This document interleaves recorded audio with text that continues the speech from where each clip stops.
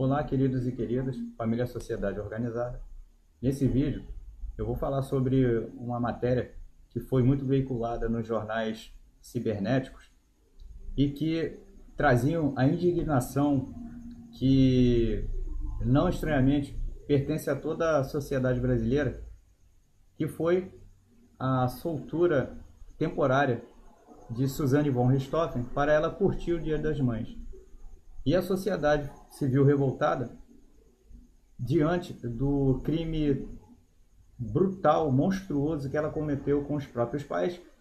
E como foi com os pais, ela matou também a sua mãe, certo? E por uma coincidência macabra, maquiavélica do destino, a lei lhe proporcionou a liberdade justamente no dia dedicado à mãe que ela brutalmente, de forma cruel, assassinou, certo? Então, no vídeo que eu produzi anteriormente, dada a minha pouca habilidade para poder editar e colocar o vídeo no canal, eu acabei excluindo, apertei o botão errado aqui na opção, acabei excluindo um vídeo que eu já tinha preparado e que deveria ter ido ao ar no canal no próprio dia 12. Então eu estou vindo aqui para não deixar esse dia passar em branco. Então eu comecei o vídeo apresentando as manchetes dos principais jornais.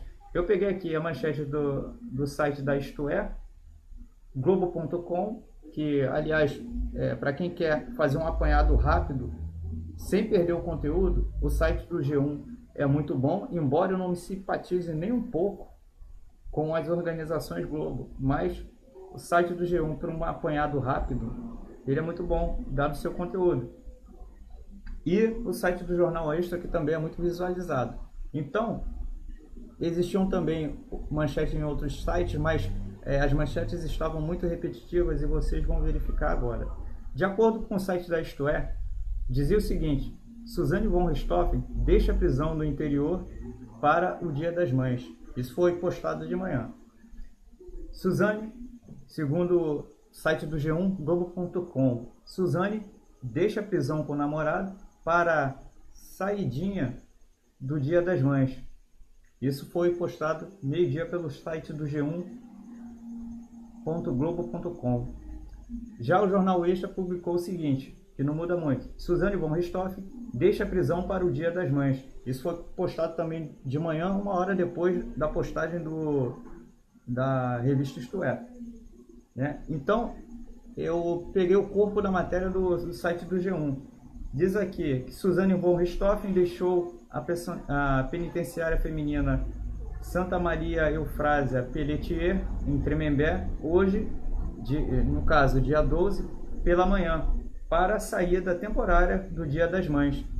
E aí ele explica no corpo da matéria que essa saída não foi um benefício exclusivamente oferecido a Suzane von Richthofen, Ela não foi uma agraciada, não foi uma privilegiada. E ele explica na matéria o seguinte: como ela, todas as detentas em regime semiaberto, é o caso dela, ela está cumprindo prisão, só que agora na modalidade do semiaberto. E qual o critério para isso?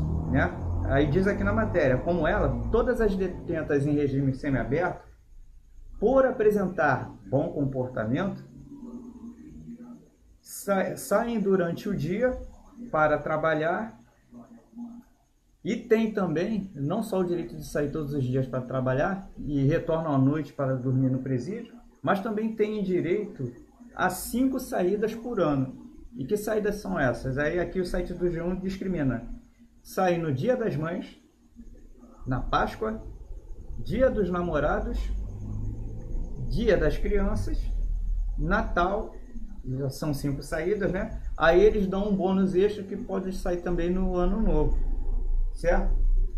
Quando ela saiu, e aqui o site testifica que ela não foi a única agraciada, quando ela saiu, a Suzane, pela manhã, outras detentas também saíram.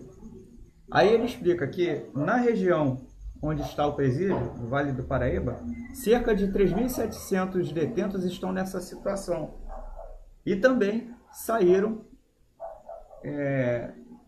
às ruas na quinta-feira, dia 11. Né? Portanto, Suzane von Richthofen, dentro do processo de liberação, ela saiu no dia seguinte ao processo de liberação que teve início no Vale da região do Paraíba, onde está localizado o presídio dela. Existem outros presídios também, entre masculinos e femininos. E ela foi mais uma agraciada para sair nessa liberação temporária, certo? E o que endossa a condição dela em regime semiaberto é a existência de uma lei que é invisível aos olhos da maior parte da população. Os jornais de televisão condenam e apontam categoricamente o Código Penal como o verdadeiro responsável por essa falha que acaba provocando no frigir dos ovos uma grande injustiça com a própria sociedade que, ao ver criminosos como esse, que cometem grandes atrocidades, verdadeiras monstruosidades contra um ser humano, a sociedade se vê injustiçada de ver que após pouquíssimos anos de cumprimento de detenção, esses criminosos violentos voltam às ruas. E quem paga o pato por isso é o Código Penal brasileiro. O que não é dito pelos meios de comunicação é que o Código Penal brasileiro ele prevê apenas a situação de punição do criminoso. Quando um criminoso é pego pela polícia, conforme eu disse no vídeo anterior, ele é levado ao juiz e o juiz aplica a punição dele. O código de leis usado para aplicar a punição em qualquer criminoso é o Código Penal. E a função do Código Penal é tão somente essa. Ela estabelece a punição adequada para o crime que foi cometido. Ocorre que a falha do sistema é exatamente essa. O Código Penal ele tem como limite apenas as circunvizinhanças do tribunal. Então, quando o criminoso ele é condenado pelo juiz, o Código Penal vai até a porta do juizado que o condenou. Assim que ele é condenado, ele se livra do Código Penal e vai para o presídio. Dentro do presídio, ele está submetido não mais ao Código Penal, mas a outra lei. E a lei que estabelece como o criminoso que foi condenado pelo Código Penal vai cumprir a sua detenção é a lei número 7.210/84, chamada Lei de Execução Penal. É essa lei que abre tantos precedentes para os vários criminosos que cometem crimes bárbaros e voltam após 1 ano, 5 ou 8 anos, cumprindo às vezes menos de 1/3 da sua pena, ou basicamente 1/3 da sua pena, que é o padrão. Então, se ele é condenado a 30 anos, ele cumpre os 6 anos e na média, cumprido 1/3 da sua pena, ele volta para as ruas. Mas não é o Código Penal que estabelece isso. O Código Penal ele apenas estabelece a condenação do crime e ele prediz que esse crime ele poderá ser atenuado ou agravado, ou poderá caber aí um regime semiaberto, mas não é o Código Penal que estabelece isso. Quem estabelece é a Lei de Execução Penal, que aqui a que está vigorando é a Lei número 7.210/84, certo? É ela que estabelece isso. Os meios de comunicação falam deliberadamente do Código Penal, condenando o Código Penal, certo? Ele é de 1940, como a maioria diz, mas ele, ao contrário do que é dito, e pelo que eu avaliei até agora, certo? O Código Penal não é obsoleto como todo mundo fala. As falhas do sistema que existem, e o Código Penal com certeza deve ter, porque como não sou advogado, também não li o Código Penal inteiro, eu vou tomando conhecimento do Código Penal à medida que eu fico curioso em conhecê-lo, certo? E até onde eu conheço, eu não vi falha. Ele pune, ele estabelece a punição e ele prediz que dentro daquele crime, de acordo com a punição, vão caber vão caber as brechas da lei, mas não é o Código Penal que determina. Quem determina é a lei de execução penal, porque uma vez condenado pelo Código Penal, o Código Penal ele está restrito ao ambiente interno do juizado que vai julgar e condenar o criminoso. Ele está restrito às paredes do tribunal que julga o condenado. Quando o condenado é julgado e é executada a pena, ele é condenado àquela pena pelo crime que cometeu, ele se livra do Código Penal, e por isso ele dá graças a Deus, porque ele é inserido no sistema prisional, e a partir desse momento, quando ele entra no presídio, o Código Penal ficou lá no tribunal. E ele vai estar submetido a essa lei aqui, que é uma mãe, a Lei de Execução Penal, Lei número 7.210/84. E é justamente essa lei aí que, ao contrário do que o Código Penal estabelece, ele estabelece a punição. E para contrariar a punição estabelecida pelo Código, o Código Penal diz homicídio até 30 anos. A Lei de Execução Penal diz, se apresentar bom comportamento, tem direito a 5 saídas por ano e o regime semiaberto. O Código Penal não estabelece isso. Isso não é culpa do Código Penal. Então, os meios de comunicação deveriam ter mais critérios, e esses mesmos meios de comunicação acusam canais de youtubers de serem deliberados, de serem alienados, de falar besteira, de tentar abordar assuntos criteriosos sem ter fundamento. Esse canal aqui, que é um canal pequeno, perto de outros canais aí, está provando justamente o contrário. TV Record, Rede Globo, Rede Bandeirantes, que possui tantos jornalistas bem preparados, né, verdadeiros doutores na arte da inteligência, da eloquência, né, entre eles tem Ricardo Boechat, vive martelando o Código Penal, apontando que ele é falho, e se esquece de dizer, ou desconhece, já que os alienados somos nós e youtubers, eles desconhecem pela falha, como repórteres investigativos que são, teriam obrigação de saber isso que eu estou passando para os senhores aqui. A pessoa, quando é condenada, se você for praticar crime, já fique sabendo que o Código Penal não vai te aliviar, ele te pune. Ponto final, simples assim. Só que, dependendo do crime que você cometer, e o advogado sabe melhor do que eu não sou advogado para me aprofundar nesse assunto, ele vai até predizer que cabe ali, né, uma multa, etc., mas não é o Código Penal que estabelece a multa ou a atenuação do crime. Ele apenas vai predizer, para essa situação aqui vai caber isso. E quem vai determinar isso?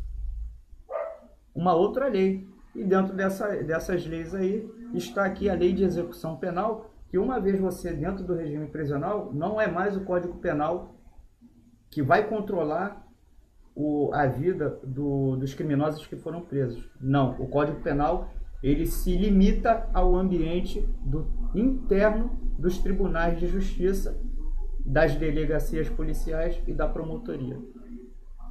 Fora desses ambientes aí, quem manda é a Lei de Execução Penal, e eu trouxe aqui um pouco do corpo da Lei de Execução Penal. Lei número 7.210/84, Lei de Execução Penal, título 1º, capítulo 1.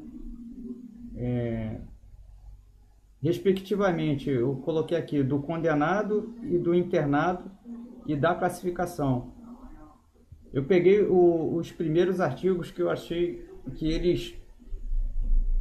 eles personificam muito bem o que é a Lei de Execução Penal. Então, artigo 5º diz o seguinte: os condenados serão classificados segundo os seus antecedentes e personalidade para orientar a individualização da execução penal. Ou seja, aqui fica caracterizado qual o objetivo da Lei de Execução Penal. É caracterizar o criminoso e adequar esse criminoso à melhor condição para execução da sua pena de acordo com seu crime e seu perfil, né? Artigo 6º. A classificação será feita por por comissão técnica de classificação que elaborará o programa de individualização da pena privativa de liberdade adequada ao condenado ou preso provisório. Então, por aqui, por esses dois artigos, você vê que a função da lei de execução penal é visualizar o bem-estar daquele que já foi condenado pelo Código Penal. Aqui não está sendo estabelecido nenhuma punição, está sendo estabelecida as condições mais adequadas para esse criminoso, seja qual foi o crime que ele cometeu, para esse criminoso ter uma vida adequada dentro do sistema prisional e cumprir uma pena de acordo com o seu crime e o seu perfil. E esses artigos aqui estão definindo como vai se delinear esse perfil e como vai se determinar o modo que esse criminoso vai executar a sua pena. Então vamos lá, artigo 7. A comissão técnica de classificação existente em cada estabelecimento será presidida pelo diretor e composta, no mínimo, por 2 chefes de serviço, um psiquiatra, um psicólogo e um assistente social, quando se tratar de pena privativa de liberdade. Certo? E aqui está testificando o que eu disse anteriormente. A Lei de Execução Penal, 7.210/84, ela se preocupa com o bem-estar do executado, daquele que vai cumprir a pena, e estabelece os critérios para identificar o perfil desse criminoso e escolher e determinar a forma adequada dele executar o cumprimento da sua pena. Parágrafo único do artigo 7º. Nos demais casos, a comissão atuará junto ao juízo de execução e será integrada por fiscais do serviço social. Isso tudo aqui é para explicar o que caracterizou a soltura provisória de Suzane von Richthofen e aonde está a falha do sistema. A falha está aqui, na Lei de Execução Penal. Artigo 8º.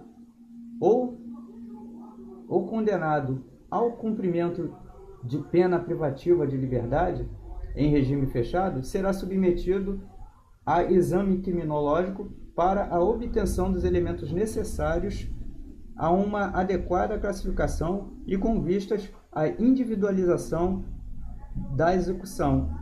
Ou seja, o artigo 8º, ele já estabelece o procedimento de identificar o perfil psicológico e encaixar esse perfil e usar esse perfil psicológico para estabelecer o modo de punição que esse condenado vai cumprir, certo? Parágrafo único. Ao exame de que trata este artigo, poderá ser submetido o condenado ao cumprimento da pena privativa de liberdade em regime semiaberto, certo? Então, se eles avaliarem que psicologicamente esse indivíduo não oferece grandes riscos, ele não vai ser considerado adequado ou não vai ser considerado periculoso a ponto de ter que cumprir a pena em regime fechado. Artigo 9º, que eu já falei no outro vídeo. Artigo 9º, letra A. Os condenados por crime praticado dolosamente, com violência de natureza grave contra a pessoa, ou por qualquer dos crimes previstos no artigo 1º da Lei número 8.072, de 25/7/90, serão submetidos obrigatoriamente à identificação do perfil genético mediante extração de DNA, ácido desoxirribonucleico, por técnica adequada e indolor, incluído pela Lei número 12.664 e 54 de 2012. Essa lei estabelece já de forma direta de que modo o perfil do preso é determinado. Ele vai ser determinado pela junta, que é o diretor, os 2 chefes que foram ditos no artigo 7, a psiquiatra e o agente social, né, o assistente social. Se o condenado ele praticou crime doloso, aí ele já vai ser submetido ao exame de DNA para definir o seu perfil psicológico por via genética, certo? Aí dentro do artigo 9º tem o parágrafo 1º e o 2º. O primeiro diz o seguinte: a identificação do perfil genético será armazenada em banco de dados sigiloso, conforme regulamento a ser expedido pelo Poder Executivo, incluído pela Lei número 12.654 de 2012. Parágrafo 2º. A autoridade policial federal ou estadual poderá requerer ao juiz competente, no caso de inquérito instaurado, o acesso ao banco de dados, a esse banco de dados. Então, a Lei de Execução Penal, ela tem como função visar o bem-estar daquele que foi condenado pelo Código Penal. A função do Código Penal é prever a condenação adequada ao crime que aquele cidadão praticou. Então, os papéis são bem definidos. O do Código Penal é prever punições para cada crime praticado. E da lei que é invisível aos olhos da maioria e que acaba jogando a culpa pelas várias falhas no sistema, é a Lei de Execução Penal, que é invisível aos nossos olhos e que é essa lei que bota os bandidos na rua. O Código Penal, ele cumpre a sua função em toda a sua plenitude, certo? E é lógico que ele tem falhas porque foram humanos que fizeram, mas não é ele que estabelece a soltura. Ele estabelece punições e prevê multas ou atenuações da pena, mas essas multas e atenuações de pena, elas são executadas por outra lei, por outras leis, não pelo Código Penal. O Código Penal, ao punir, ele prevê que aquilo ali pode ser atenuado ou pode ter multa, certo? E quem estabelece a soltura dessas leis que não punem e apenas estabelecem os precedentes que vão atenuar a vida do criminoso, dentro dessas leis está a Lei 7.210, que é a Lei de Execução Penal, cuja função é estabelecer os critérios para a execução da pena que foi estabelecida pelo Código Penal. E a Lei de Execução Penal, ela estabelece esses critérios para prever o bem-estar do criminoso, adequando esse criminoso à melhor maneira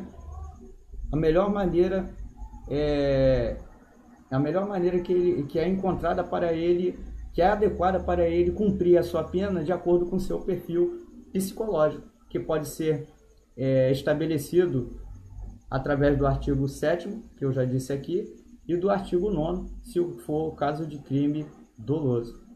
Então, senhores da imprensa, ao contrário do que os senhores pregam, nem todo canal do YouTube é um canal alienado e que não se fundamenta em critério algum para divulgar as notícias que divulga. O nosso canal aqui, quando não tem fundamento para divulgar, ele simplesmente não fala nada. Mas quando a gente, aqui no canal Projeto Sociedade Organizada, fala de algum assunto, nós nos fundamentamos, principalmente na lei. Pense nisso, esse é o nosso pradão e a gente se vê no próximo vídeo.